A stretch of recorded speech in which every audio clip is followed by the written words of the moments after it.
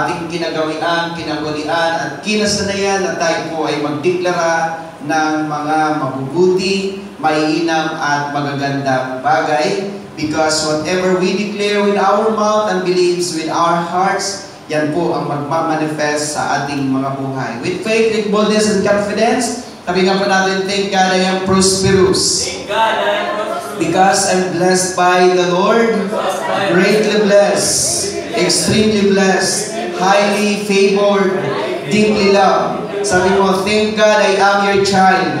I cannot be denied. I am your beloved. Everything in my life is well. Sige tayo lahat, mas malakas. Sabi mo, my life is well. My family is well. My job is well.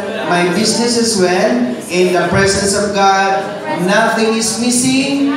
Nothing is broken. Sabi natin, all is well. Sige, palapakan natin ang Panginoon. Again, mga kapatid, we do not deny the fact that sometimes in the world, nagkakasakit tayo minsan, pero napapatunayan ng Lord that He is our healer. Minsan, sa sanlibutan, nakakaranas tayo ng pangangailangan, subalit, atin lalong napapatunayan that the God is our provider, brethren in Christ. Kaya nga, we don't have to worry. Sabi ng Bible, in the world, we have tribulation, we have depression, we have prostrations, but cheer up, sabi ni Jesus, I have overcome the world. Ibig sabihin, posible na mapagtagumpayan natin anuman ang ating pong mga pinagdadaanan sa buhay. Mga kapatid, we're still here sa ating pong series about our identity in Christ. At dito nga po, tumalun muna tayo sa Book 3, which is entitled, Who I Am in Christ Jesus. Because the more you know who you are, praise God, makakapamuhay ka ng nararapat sa mundong ito, mga kapatid. At kinuha po natin sa 1 Corinthians 15:10, but by the grace that merited favor and blessings of God, I am what I am, according to Paul, and His grace. And His grace toward me was not found to be for nothing or fruitless and without effect. In fact, I work harder than all of them, the apostles, though it was not really I, but the grace, the unmerited favor and blessing of God which was with me. So in-acknowledge ni Pablo na anuman ang naging katatayuan ni Paul, it was not him, but by the grace of the Lord or Jesus Christ that is living in him. Kaya Christ in you,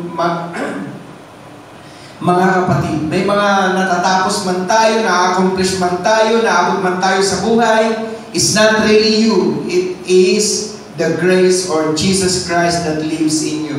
Last week, inaral po natin ang part 1. Who am I in Christ Jesus? I am abounding in Christ Jesus. Yung mga mananampalataya ay nag-a-abound sa Panginoon. Okay? I-declare natin ng malakas. Mga kapatid, kinakronim po natin ang salitang bride. Sabayan niyo po ako, I am abounding in blessing. I am abounding in righteousness. I am abounding in intimacy or love. I am abounding in giftings. I am abounding in hope. And I am abounding in trust. So, ang mga anak ho ng Diyos ay nag-a-abound sa lahat ng aspeto ng ating buhay. Ito po yung mga bagay na kailangan po natin i-claim. Kailangan natin i-exemplify at kailangan po natin counting or i-obtain, brethren in Christ. Again, whatever we confess today, can be, pwede natin ma-possess tomorrow. Kaya huwag tayong magsawa sa pagdideklara. And this morning, we're now here in part 2, brethren in Christ, again, entitled, I am accepted in Christ Jesus. Put in mind and put in your hearts that once we are believer in the Lord, we are accepted. Sabi nga po natin, accepted.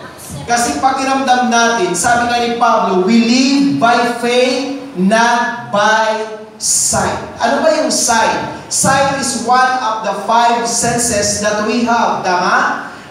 If we can recall, our 5 senses ay yung ating pong hearing, our smelling, our tasting, our feeling, at ano pa ba yung isa? Diba? Pandama, paningin, seeing. Yan, mga kapatid. So, we do not live by our senses. We live by faith. Sabi nga po natin, by faith. Bakit po, sabi ni Pablo, we live by faith, not by sight or senses, kasi minsan nagkakamali ang ating pakiramdam. Minsan may mga prayer ho tayo na hindi po minsan natutugunan agad-agad, pakiramdam natin na hindi na tayo pinakinggan ng Diyos. Minsan pag tumatawag tayo sa Panginoon, feeling na parang ang layo ng Diyos sa atin. Na minsan pag nagkukulang tayo, nagkakamali tayo, feeling natin galit ang Diyos sa atin. Pakiramdam mo lang yan, kapatid. Pero ang Diyos, hindi ho ganon, mga kapatid. Kasi pangako ng Diyos, He will never leave us, nor forsake us. Pakiramdam mo man na malayo siya, pero ang totoo, hindi kanya nilalayuan. Praise God. Because you are accepted. Sabi nga po natin, accepted. So, wag po natin pakiramdam na para bang rejected tayo because tayo ay accepted sa Panginoon. Your prayer is accepted to God. Your worship is accepted to God. Your life is accepted to God. Put in mind na whatever and who you are, brethren in Christ, ikaw ay tanggap sa ating Panginoon. Sometimes ang tao lang naman ang ayaw tanggapin kung sino tayo. Tama? Kasi ang mga tao has their own standards. Minsan, ang standard nila hindi natin na ipapasa, and therefore we are not accepted to them. Tama ba, mga kapatid? Pero praise God, sa Bible, who you are, whatever you are, wherever you are, brethren in Christ, you are accepted in the Lord. Sabi mo sa katabi mo, tanggap na tanggap ka ng Panginoon. Ay, parang ako, walang kakwenta naman yung sabi mo sa katabi mo, tanggap na tanggap ka sa Panginoon. Sa mundo, sometimes, nare-reject tayo sa mundo, nare-reject tayo sa ating mga mahal sa buhay, nare-reject tayo sa ating mga kaibigan, nare-reject tayo sa ating kapwa. But again, in the Lord, we are all accepted. In Ephesians 1:6, sa King James Version, to the praise of the glory of His grace, wherein He hath made us. Ginawa lang tayo, hindi tayo inborn na accepted. Ginawa lang tayo ng Panginoon, wherein He hath made us accepted in the beloved. Praise God. Ikaw ay tanggap because you are God's beloved. Ibig sabihin ng beloved, hindi ka lang love, kundi pinakamamahal ka ng Panginoon. Sabi po sa Tagalog, sa ikapupuri ng kaluwalhatian ng kanyang biyaya na sa atin ay ipinagkaloob na masagana sa minamahal. So hindi binanggit ang pagtanggap, pero kasama po yan sa minamahal. Tingnan po natin sa Greek word ang salitang accepted. Ang salitang accepted sa Greek word, 5487, ay charito. Mga kapatid, charito. Ibig sabihin ng charito, galing daw po ito sa Greek 5485, to grace that is endued with special honor. Ang ganda nun. Ikaw ay inuunor ka ng Diyos ng sobra. Nakakita na ba kayo ng sobrang pagmamahal sa partner? Praise God, ginagawang queen, ginagawang king, because you love so much. Amen? You honor him or her so much. You value him here, you value him or her so much. Yan po ang ibig sabihin ng accepted, at it was translated in the Bible, make accepted, be highly favored. So mga kapatid, pag sinabing accepted, you are highly favored, mga kapatid, and you are honored. Gusto niyo ba yan, mga kapatid, that we are accepted in the Lord? Ikaw ay inuunor ng ating Panginoon. Kaya ang sabi ni Pablo sa 2 Corinthians 10:18, Sabi niya, for it is not the man who praises and commends himself who is approved and accepted, but it is the person whom the Lord accredits and commends. Sa Tagalog, sapagkat hindi subok ang nagtatagubilin sa kanyang sarili, o sa ibang lengguwahe, nagbubuhat ng kanyang sariling bangko, kundi ang ipinagtatagubilin ng Panginoon. Sa English kasi, ang sabi doon, approved and accepted. Hallelujah! Hindi po ang pagkatanggap sa atin sa tao, kundi pagkatanggap ng tulad sa Panginoon. Tama ba, mga kapatid? Amen. We were accepted not based on the man's standards. We were accepted based on God's standard, brethren, in Christ. Kaya tayo po ay tanggap sa ating Panginoon. Hallelujah. Biruin mo, ang Diyos ang nag-recommend sa atin, ang Diyos ang nag-accredit sa atin that we are accepted. Kaya ang payo din po sa Romans ni Pablo, mga kapatid, wag natin basta-bastahin yung ating kapwa believers, yung ating brothers and sisters. Kasi ang sabi po sa Romans 14:3, let not him who eats look down on or despise him who obtains or abstains, and let not him who obtains criticize and pass judgment on him who eats. For God has accepted and welcomed him. Ang kumakain ay huwag magwalang halaga sa hindi kumakain, at ang hindi kumakain ay huwag humatol sa kumakain, sapagkat siya'y tinanggap ng Diyos. So, ibig sabihin, huwag natin i-criticize ang bawat isa. Huwag natin i-look down ang bawat isa. Huwag natin i-judge ang bawat isa, because ang bawat isa sa atin were accepted in the Lord. Kung ang siya nga tinanggap ng Panginoon, sino tayo para hindi tanggapin ang tao na yan? Sabi mo nga ulit sa katabi mo, tanggap kita, sino ka man. Wala tayong magagawa. Ganyan na talaga siya. Praise the Lord. Ganon na talaga siya. Tama?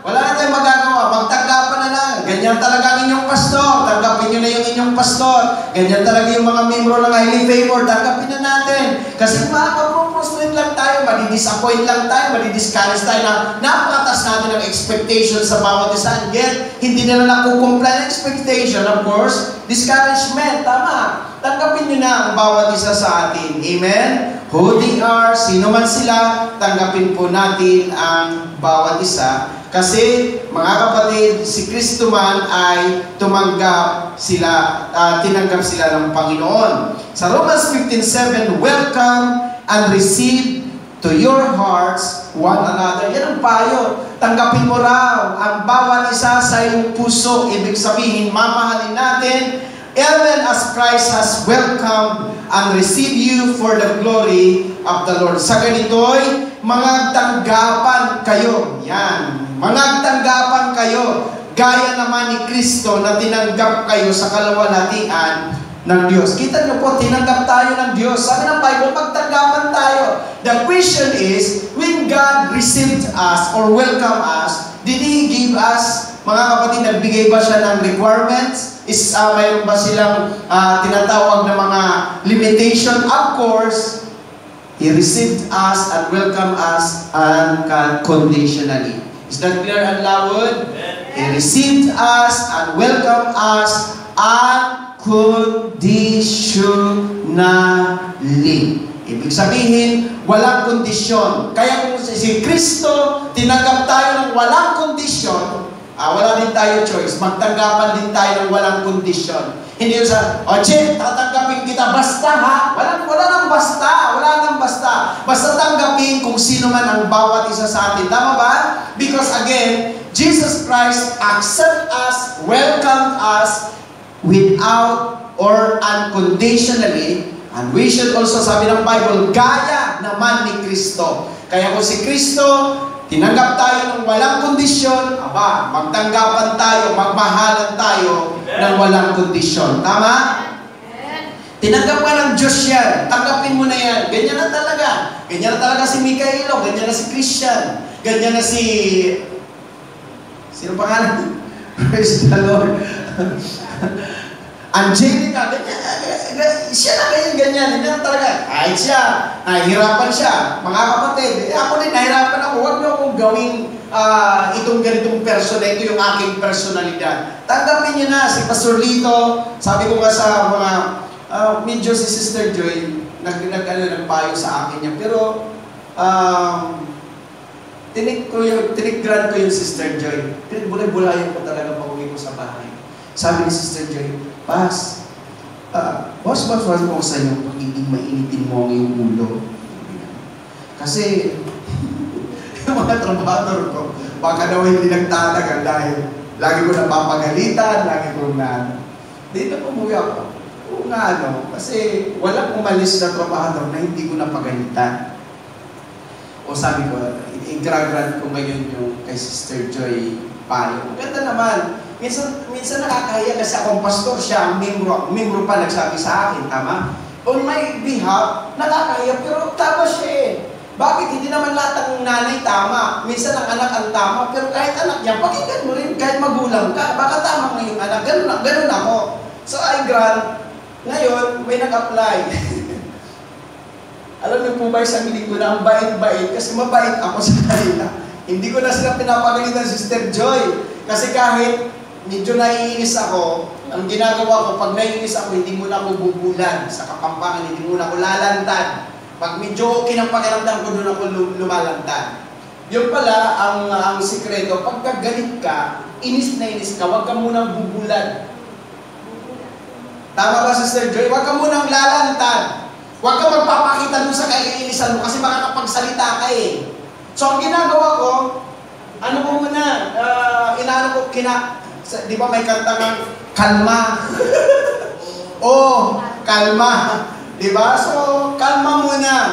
Then, pagkatapos nun, Sister Joy, pag okay ng feeling ko, sasabihin ko, bakit naman matagal ka bumalik? Mahinahon. Praise God. Dati na, ganun ako mag-aaral, praise God. So, thankful ako kay Joy. Dahil sa Joy, nagsasabi, may lakas siya na ng loob, pastor, sasabihan. Ako naman, open ako sa, kasi ang pastor, hindi naman pag pastor ka, perfect ka na. Perfect. Hindi naman nagkakamali ang pastor. I consider sa kanyang advice. Tama? Pero alam mo yung po, sabi ko sa kanila, pinaunahan ko na, minsan ako talaga, ako kasi depressed ako, stress ako, maiksi ang aking pasensya. Minsan, talagang tumataas yung aking dugo, pero it doesn't mean galit ako. Ang totoo nun, mapagmahal ako, mabait ako.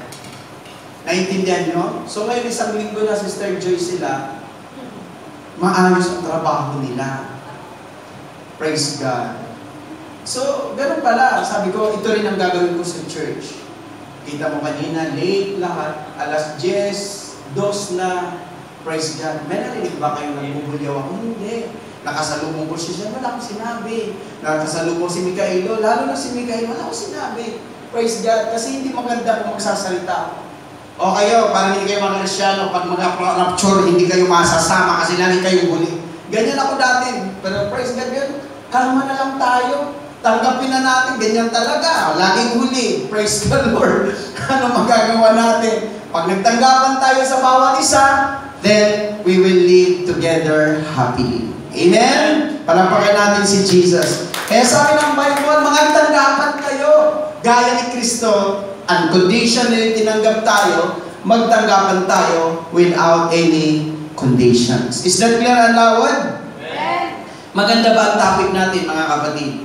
Praise God. Of course, maganda para sa akin, ewan ko sa inyo. Kasi talagang ako, habang inaaral ko ito, talagang sabi ko, talagang ito ay napapanahon na mensahe, mga kapatid.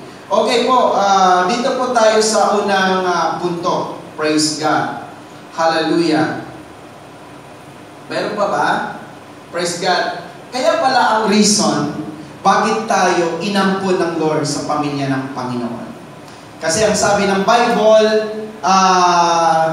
accepted in the beloved. Kasi ang sabi ng John 1:12, but to as many as did receive and welcome Him, kay Jesus, He gave, past tense, He gave the authority, power, privilege and right. Kaya mayroon tayong authority, mayroon tayong power, mayroon tayong privilege, at mayroon tayong rights bilang anak ng Diyos to become the children of God. That is, to those who believe in, adhere to, trust in, and rely on His name. Sa Tagalog, sabi niya, datapwat, ang lahat ng sa kaniya'y nagsitanggap ay pinagkalooban niya sila ng karapatang maging mga anak ng Diyos. Sa mga tuwing bagay, ang mga nagsisisampalataya sa Kanyang pangalan. Bakit tayo i-divert ko kayo dito sa pagiging anak? Kasi ang anak lang ang beloved ng ating Panginoon. Tama ba, church?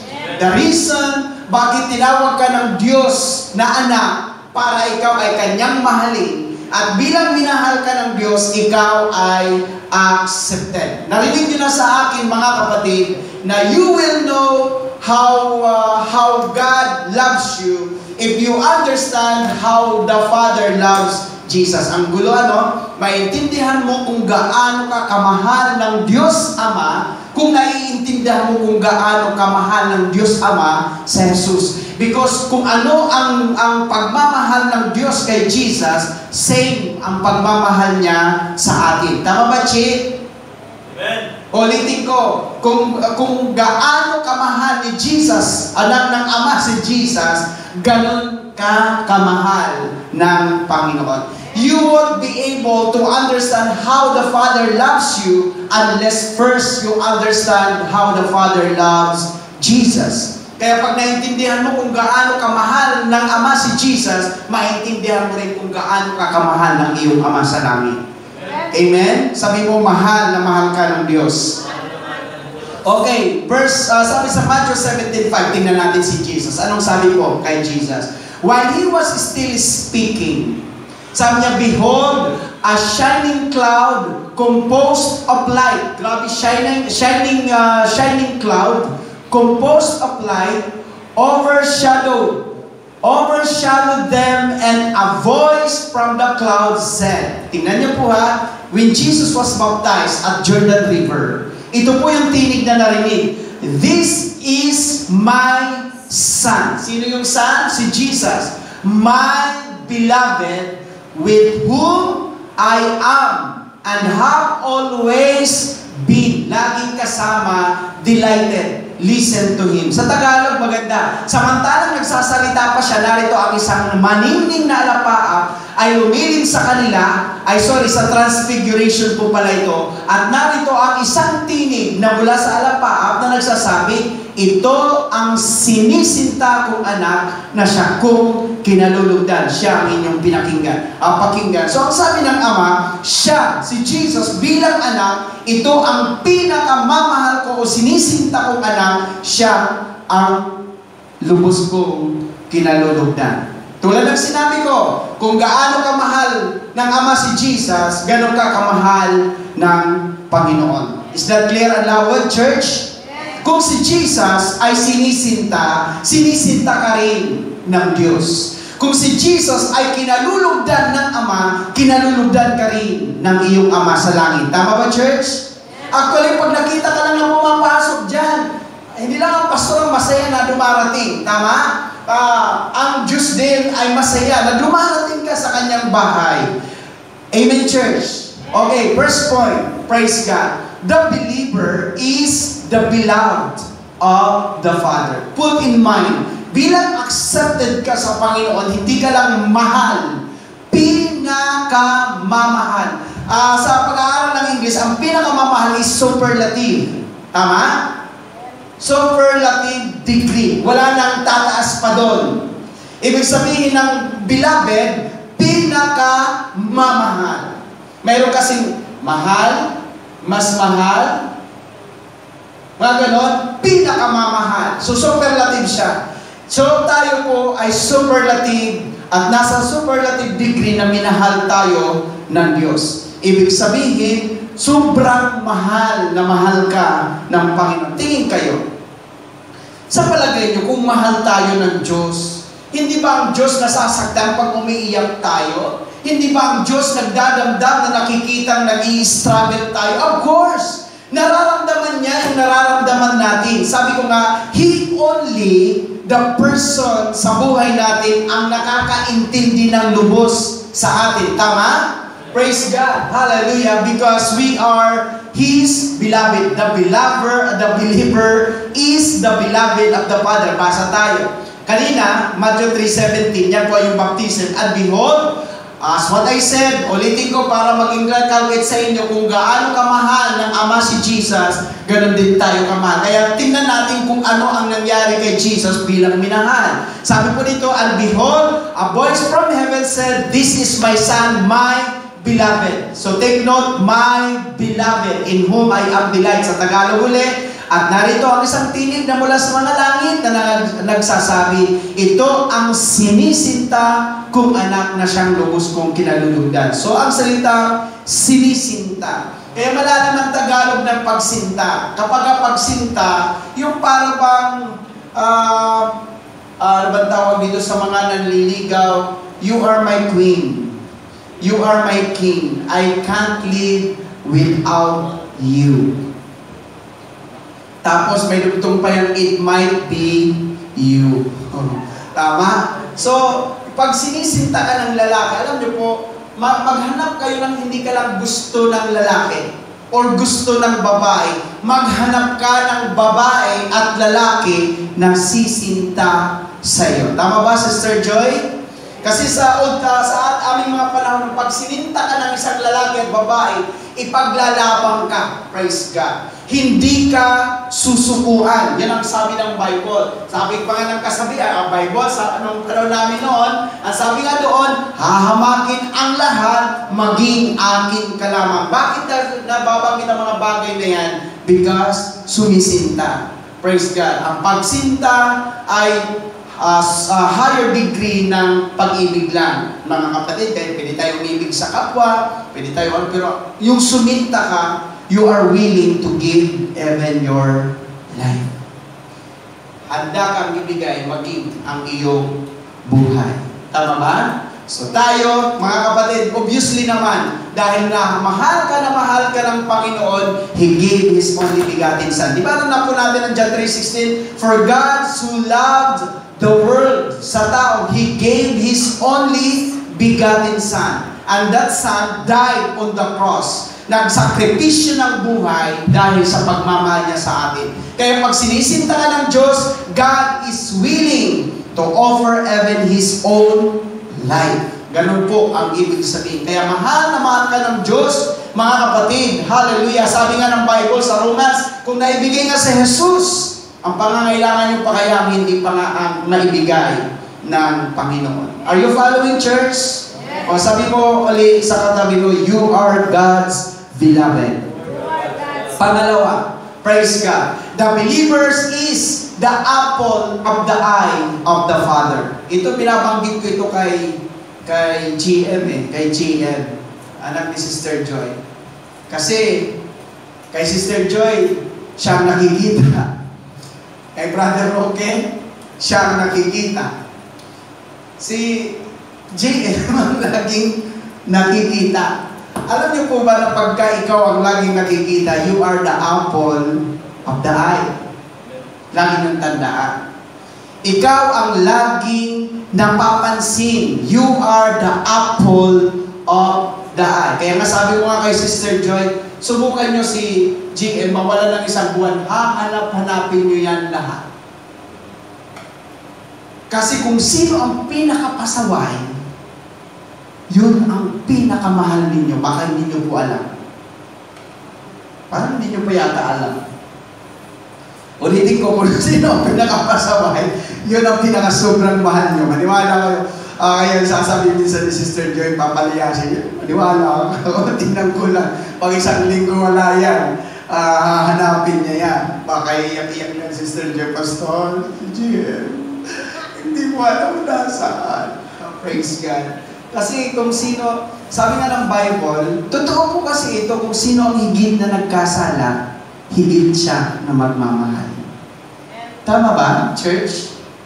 Kaya, the apple of the eye, ibig sabihin, you are the center. Ikaw ang laging napapansin, ikaw ang laging nakikita, ikaw ang laging napupuna, ikaw ang laging nasasaway, ikaw ang laging nakukuray, ikaw lang lagi, parang ang sikip ng mundo ng ganyan. You are the apple of the eye. Tingnan po natin. Sabi niya sa Matthew 3:17, sa ALT translation, and listen, a voice comes out of the heaven saying, "This is my son, the beloved, in whom I am well pleased." Kinaluluguran. Praise God. Si Jesus naman, pag nakikita ka, lugod siya, tuwan-tuwa siya. Di ba may mga tao, pag nakikita ka, inis na inis ka, nanggagalaiti ka, ayaw makita yung kanyang mukha. Praise God. Pero si Lord, pag nakikita ka niya, tuwan-tuwa siya.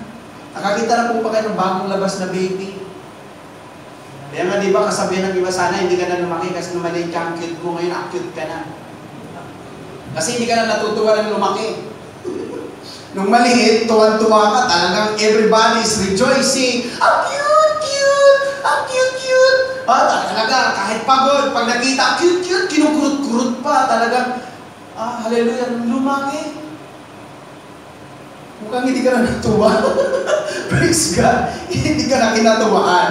Pero si Lord, put in mind, every time that He sees you, natutuwa si Lord. Amen? Amen? Hindi na iinis si Lord. Natutuwa si Lord. Praise God. Kaya ngayon, nakita kayo ng Diyos, tuwan-tuwa siya. Hallelujah. Palakpakan natin ang Lord. Nang makita tayo sa kanyang bahay, tuwang-tuwa ang Panginoon sa iyo. Natutuwa. Ang mga tao lang hindi natutuwa sa atin. Pero si Lord, isa lang ang tiyak. Tuwang-tuwa, well pleased, ikaw ang nakikita. Pag nakikita, gusto ka laging mapagmasdan. Gusto ka laging makita ni Lord. Kasi natutuwa siya sa iyo. Amen?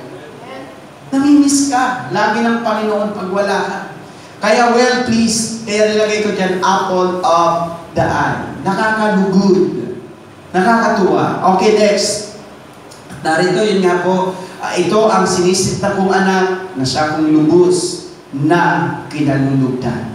Isinama ko ang lubos kasi lubos, hindi lang kinalulugdan, lubos na kinalulugdan. Ulitin ko, every time God sees you, tuwing nakikita ka ng Panginoon, masayang-masaya ang Diyos. Amen? Praise God. Masaya ba kayo na masaya ang Diyos sa iyo? Palakpakan natin ang Panginoon. Hallelujah. Next, praise God, the believer is the steward of the Father. Anong ibig sabihin ng steward? Sige, basa tayo. John 3:35, the Father loves the Son and has given, entrusted, committed everything into His hand. Lahat ipinagkatiwala. Anong tawag doon? Steward. Sa Tagalog, sabi po, sinisinta ng Ama ang anak at inilagay sa kanyang kamay ang lahat ng mga bagay. Kaya mga kapatid, lahat ng blessing para sa iyo yan kasi accepted ka, beloved ka ng Panginoon. Amen? Hindi nyo ba napansin mga kapatid na bago lalangin si Adan at saka si Eva, na andun na lang lahat muna, inuna ng Diyos ang lahat ng pangangailangan? Did you wonder? Bakit kinilate ng muna mga puno, mga prutas? Para sa tao yan. Bakit nilalang ng Diyos ang mga ginto? Para sa tao yan, to enjoy. Hallelujah. Lahat ng mayroon sa mundo, nilalang yan at ibinigay ng Diyos para sa iyo. I-enjoy natin. Tama? Hindi totoo na sa langit na tayo mag-enjoy. Pwede tayo mag-enjoy dito sa lupa. Let us enjoy life in this world. Praise God. Hallelujah. Kasi lahat ng mga bagay, nararapat tayo mag-enjoy sa buhay. Ang hirap ng walang pera. Gusto ng Diyos tayo ay laging may pera. Nilalang ang pera, ginawa ang pera na yan para sa tao. Tama? Hallelujah. Mabuti pa sa diwata yung mayaman. Hallelujah. Kilala niyo ba si Diwata? Praise God. Hallelujah. Pero praise God, sabi ko nga, ang pagdating ng panahon, sana dalangin ko ang lahat ng mga mayayaman, mga anak ko ng Diyos. Kasi ang mga hindi nga anak ng Diyos pa, hindi pa kumikilala kay Lord, yung mayaman, tayo pa kaya na tayo po in-entrust kay Lord, lahat kay Adan, in-entrust ng Lord sa lahat ng kanyang mga anak, hindi yan para sa kanino pa man. Amen? Let us enjoy the blessings because everything is given to each and every one of us. Na ito ay satsat na kwento na there was a Christian, napaka-faithful, napaka-prayerful, talagang napaka-laging umaatin sa gawain ng Panginoon, napaka-committed. Then praise the Lord, when she died, dinala daw siya ng anghel doon sa kalangitan at ipinakita ang napakalaking bodega. At sabi ng believer na yan, kanino po yung mga sasakyan na yan at mga bahay na yan at mga ari-arian na yan? Ang sabi ng anghel, iyan ay para sana sa iyo nung nasa lupa ka, kaya lang hindi mo hiningi. Magiging unfair si Lord kung ang ibang pastor lang ang mayaman, ako hindi. Magiging bias ang Lord kung isa lang anak niya, ang pinapayaman niya, ang isang anak niya, pinagdarawat niya, hindi. Si Lord failed. Lagi niyong tandaan, pantay-pantay si Lord. Praise God. Nauna lang sila, susunod ka na. Kung ang iba may bahay, ang iba may sasakyan, ikaw din may bahay at may sasakyan, angkinin mo. Tama ba? Because when the Lord divided His riches doon sa prodigal son, equally divided yun. Anong ginawa ng prodigal son? Nilustay niya, ikanya naman yun, hiningi niya, para bahagi niya yun eh. Walang karapatan doon ng kuya. Anong ginawa ng kuya? Mayroon na siyang bahagi. Instead na i-enjoy niya, hindi niya in-enjoy. Ang sabi niya, sinumpatan niya ang ama, Ama, itong anak mo, nung magbalik, nag-rejoice ka, nagpakatay ka ng pinatabang guya. Samantalang ako, I never disobeyed you. Hindi ako umalis sa bahay mo. Ni kambing, hindi mo ako may pagkatay para sa aking kaibigan. Anong sabi ng ama? My son, listen. Lahat ng mayroon ako ay sa'yo. Hindi niya lang in-enjoy. Kahit hindi lang isang kambing, lahat ng kambing katayan, kanya na yun eh. Hallelujah. So, ibig ko sabihin mga kapatid, claim your part. Mayroong bahagi. Kung ang ibang mga Kristyano may sasakyan, si Archie mayroon din yan, ako mayroon din meron. Kunin mo, hingin mo sa ama mo ang para sa'yo. Tama? Kaya yung minsan nangyayari, kasi hindi mo hinihingi, yun na sabi ng Santiago. Kaya kayo wala, kasi hindi kayo humingi. Hindi kayo. Oy Lord, yung aking party ha? Kaya ako, Sister Joy, kahit marami akong buhol-buhol ngayon yung aking problema, praise God, kampante lang ako kasi alam ko bahala ang Diyos. Bahala siya ang Diyos. Kung meron siya naalisin, alam ko may ipapalit siya. Walang problema. Hallelujah. Praise God. Sabi ko, kung may aalisin ng Diyos, mawalan ng bahay ko sa sabanan, mas matindi ang ipapalit ng Panginoon. Praise God. Hallelujah na sinasabi ko. Kasi alam niyo po, ma-foreclose na yung bahay ko sa sabana kasi nakapokus na akong pambahay dito. Imbis na pambahay ko sa bahay, dito ko dinadala sa church. O ma-foreclose man, walang problema. Sabi nga ni Pastor Jerome, mayamang Pastor Lito, ma-foreclose man yan, ang Diyos mas matindi ang gagawin para sa'yo. Bakit? Kasi may bahagi ako eh. May bahagi ako. Iman ngeni. Hindi man ngayon, Sister Joy, pero darating ang panahon, ang bahagi ko naman ang i-enjoy ko. Amen? Kaya pag may nakita kayong Kristyano, nauna lang. Si Pastor dyan sa baba, nauna lang. Yung kanyang sasakyan. Pero dati ang panahon, sasakyan ko naman ang ipaparada ko dyan. Hindi kulong-kulong. Ang kulong-kulong, hindi ko yung sasakyan pang servisyan doon sa tubig. Hallelujah. Tama? Nagkakaintindihan ba tayo? Naniniwala pa kayo na lahat tayo, kung anong binahagi ng Diyos sa isa niyang anak, same din sa lahat. Fair siya. Ang gawin mo claim. Because, again, everything is entrusted and committed to each and every one of us. Amen? Okay, sige, diretso tayo. At sarap ng ating usapan, the believer is the heir or inheritor of the Father. Siya ang tagapagmana. Sino pa mawari magmamana? Kundi tayo, basa tayo. Sabi niya, Psalms 2:7 and 8, I will declare the decree of the Lord. Si Jesus yan na, He said to me, You are my son. This day I declare, I have begotten you. Ask of me, and I will give you the nation as your inheritance and the uttermost part of the earth as your possession. Sa Tagalog, sabi ko dito, aking sasaysayin ang tungkol sa pasya. Sinabi ng Panginoon sa akin, ikaw ay aking anak. Sa araw na ito ay aking panangkita. Propesiya yan kay Jesus. Humingi ka sa akin at ibibigay ko sa iyo ang mga bansa na iyong pinakamana at mga pinakadulong bahagi ng lupa ay iyong pinakaari. So dito mga kapatid, makikita po natin as ibibigay sa atin ng Panginoon. Bakit? Ikaw ang tagapagmana. Kaya pagmana tayo. Mga kapatid, praise God. Kaya, actually, pag nag-uusap muli kami yan ni Sister Joy, pag bumili ka ng lupa, yung maluwang-luwang na. Yung maluwang-luwang na, huwag kayong maging nearsighted. Kasi ngayon, wala kayong sasakyan.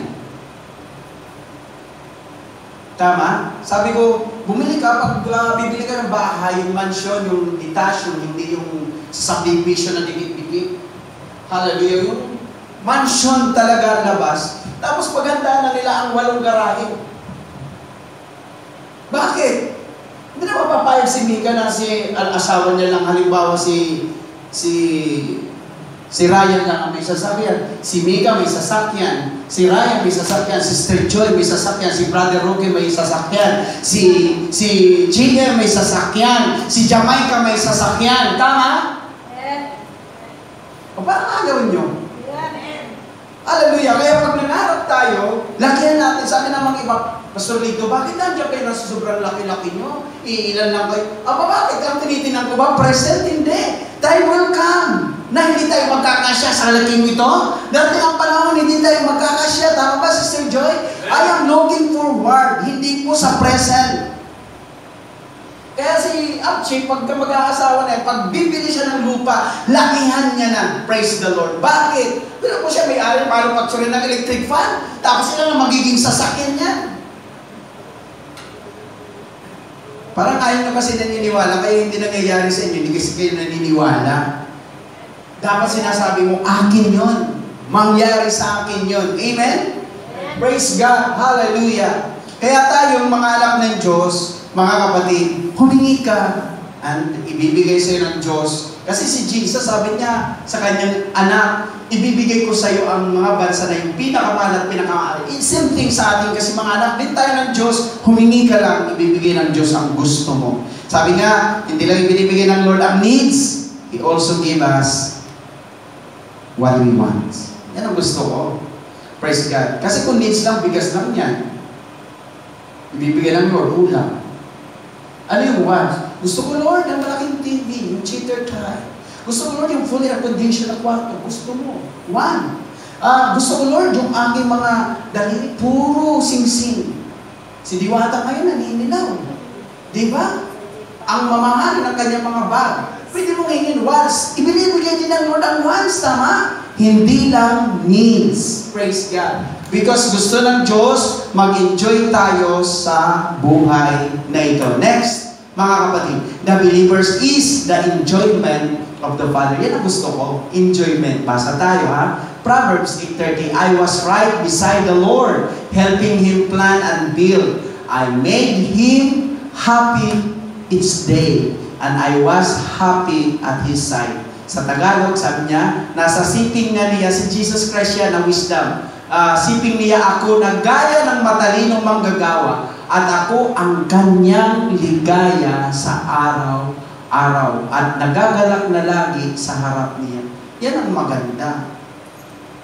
Yan ang mga sinasabi ng mga naniligaw na pag hindi kita nakikita, hindi kumpleto ang aking araw. Ano masisisi mo? Talagang siya ang kanyang enjoyment, siya ang kanyang ligaya. Tama ba? Nakaranas na ba kayo ganyan na kahit nakatitig ka lang, kahit wala kayong kinakain, tinititigan mo na siya, sayo-sayo ng kalooban. Nakaranas na ba kayo? Tatanong ako, o hindi? Si Michelle at saka si Jonas, nung nagliligawan niya, enjoyment eh. Michelle, si Jonas. Hindi kaya ni Michelle ang isang araw na hindi niya makita si Jonas. Kasi hindi siya sasaya pag wala si Jonas. Ngayon, ang saya-sayo ni Michelle. Praise the Lord. Amen. Walang bahid ng pagsisisi. Kasi si Jonas ang kanyang kaligayahan. Praise God. Amen. Sabi mo, Michelle, amen. Ganun yun. Ang sarap noon na para bang kahit nagtititigan na kayo maghapon, hindi ka nakakaramdam ng gutom, hindi kayo nakakaramdam ng, hindi nyo nalalaman yung oras na natatapos. Nakaranas na ba kayo ng ganyan na you don't want to end the time? Ayaw mo matapos ang maghapon? Naranasan mo na ba yan, Angelica? Kay Gian? Hindi. Kaya kahit malayo, pinupunta ni Angelica si Gian. Kasi pag hindi ko makita si Gian, hindi ako masaya. Kasi si Gian ang enjoyment niya. Tama? Dati. Naiintindihan niyo ba yung kasiyahan? May bagay na nagpapasaya sa'yo. Tama ba, Sister Joy? Ay, wag mo nagkakaintindihan tayo. Sino ba ang nagpapasaya sa'yo? Chi, sino nagpapasaya sa'yo, Chi? Praise God. Para ka laging masaya, lagi mong gusto mong makita yung nagpapasaya sa buhay mo. Praise God. May tao na nagpapasaya sa atin. Lagi mong tandaan yan. And that person will be your enjoyment every day. Si Jesus bilang anak ng Ama sa langit, bilang minamahal ng Ama sa langit, tuwing nakikita siya, tuwang-tuwa, nag-i-enjoy ang Ama sa Kanya. Praise God. Ganon din tayo, nag-i-enjoy ang Diyos sa atin. Gusto niya lagi nakikita tayo. Amen? Palapakan nga po natin ang Diyos. Ikaw ang Kanyang ligaya sa araw-araw. Praise God. Next pang slide. The believer is the delight of the Father. Alam niyo ba ibig sabihin ng delight din? Sige, basa tayo. Matthew 3:17, message naman. And along with the Spirit, a voice, this is my Son chosen and marked by my life, delight of my life. Yan ang maganda. Sa Tagalog ulit, kinalulugdan. Ibig sabihin ng delight, kinasisiyahan. Kanina kinatutuwaan ka, ngayon kinasisiyahan ka. Siyang-siya ka, para bang kumpleto ka pag kasama mo siya. Wala ka nang hahanapin pa. Ikaw ang lahat sa akin. O, tindi naman. You make my life complete. Kita mo si Mikhailo, kulang yan dati nang matagpuan niya si Laika. Kompleto si Mikhailo. Kita mo si Mikhailo, laging masaya. Blooming. Alam niyo ba yung ibig sabihin ng blooming? Parang bulaklak na naliligan, nananariwa. Praise the Lord. Kaya pagka blooming ng isang tao, mga kapatid, laging fresh tingnan. Malalaman mo, Sister Joy, ang mga taong walang delight o walang kinalulugaw o kinasisiyahan, laging burn out, laging sabihin natin para bang loose siyang tingnan, parang walang ayaw nang maligo, ayaw nang maglinis sa sarili, pero pag laging excited, magpapula ng tuka, laging gustong mabango siya, praise God, hallelujah, amen? Dati kasi, ako, usapan kasi dati nung kasama ko pa yung asawa ko, sabi ko, mahal, hindi ako propeta. Lahat ng gusto mo, sabihin mo sa akin, huwag mo idaan sa dabog-dabog. Kasi mga babae, hindi yan magsasabi, pero idadaan pa dabog-dabog. Anniversary pa na nila, nagdadabog-dabog kasi nakalimutan ng lalaki. Bakit di mo sabi? Anniversary natin ngayon. Praise God. Ang mga lalaki, makakalimutin sa dates yan. Ang babae lang. Pati yung minuto ng sinabot niya, ang lalaki. Alam ng babae yan. Praise God. Pero ang mga lalaki, hindi alam. Kaya mo ba ako sinabot? Hindi niya alam. Kaya ang babae, instead na magpadabog-dabog ka, magparamdam ka, sabi mo, oy, anniversary natin bukas. Para marimbay ng lalaki. Kaysa, aantayin mo na malaala niya, hindi na alaala, hindi nagdadabog-dabog ka ngayon. Praise God. Hallelujah. You have to remind them. Ako din, nagsasabi din ako sa asawa ko sa gusto ko. Kasi hindi niya rin alam kung anong gusto ko, maliban na sabihin ko. Sabi ko, gusto ko mahal, yung mabango ang babae. Pag uwi ko, gusto ko yung bagong ligo ka. Nag-cream silk yun. Nag-cream silk Sister Joy sa buong mabango. Nako, pag umuwi ko ng gabi, bagong ligo, asawa ko, praise God.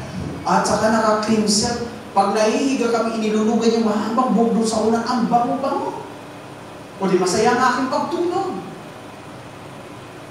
Tama? Hindi naman kung kailan nakasawa, hindi na naligo. Praise the Lord. Tapos pag i-expect ka niya, kapin, i-kiss, wag na. Praise the Lord.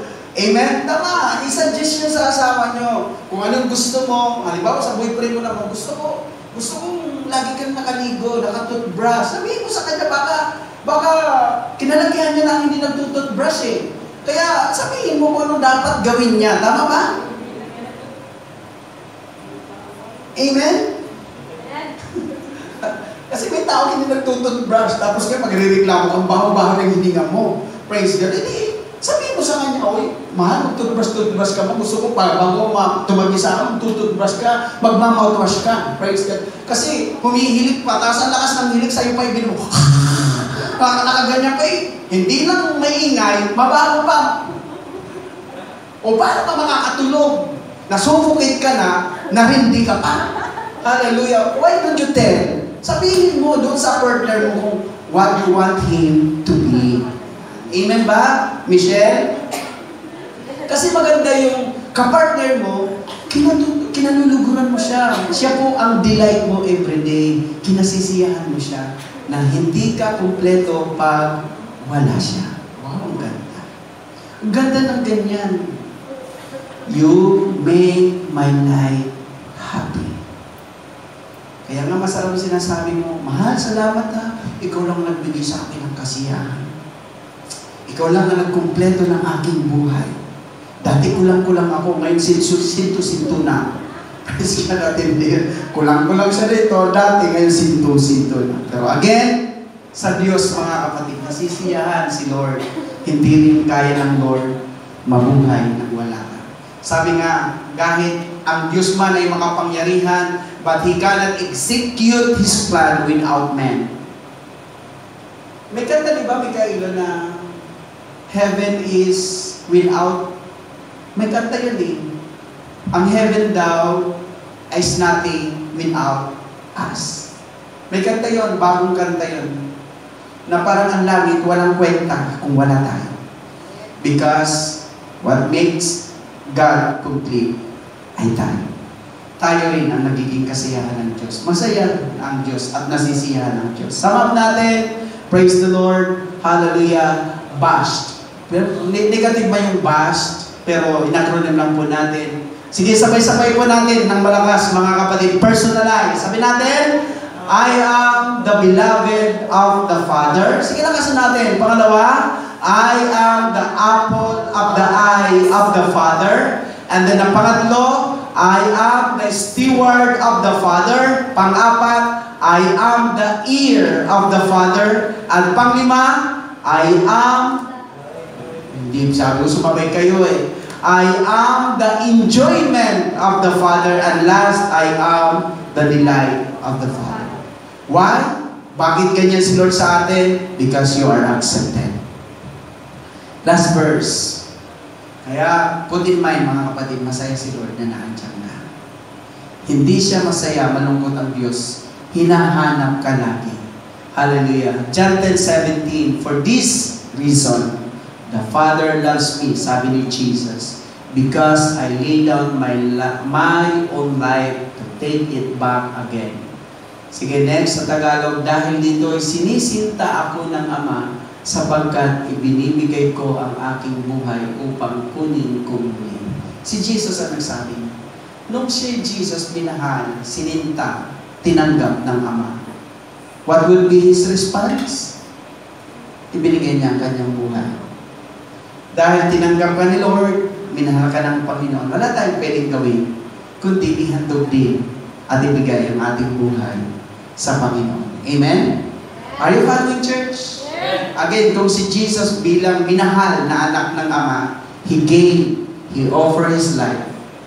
Praise God. Ganon din tayo. Wala tayong pwedeng iganti sa pagmamahal ng Diyos, kundi ang ibigay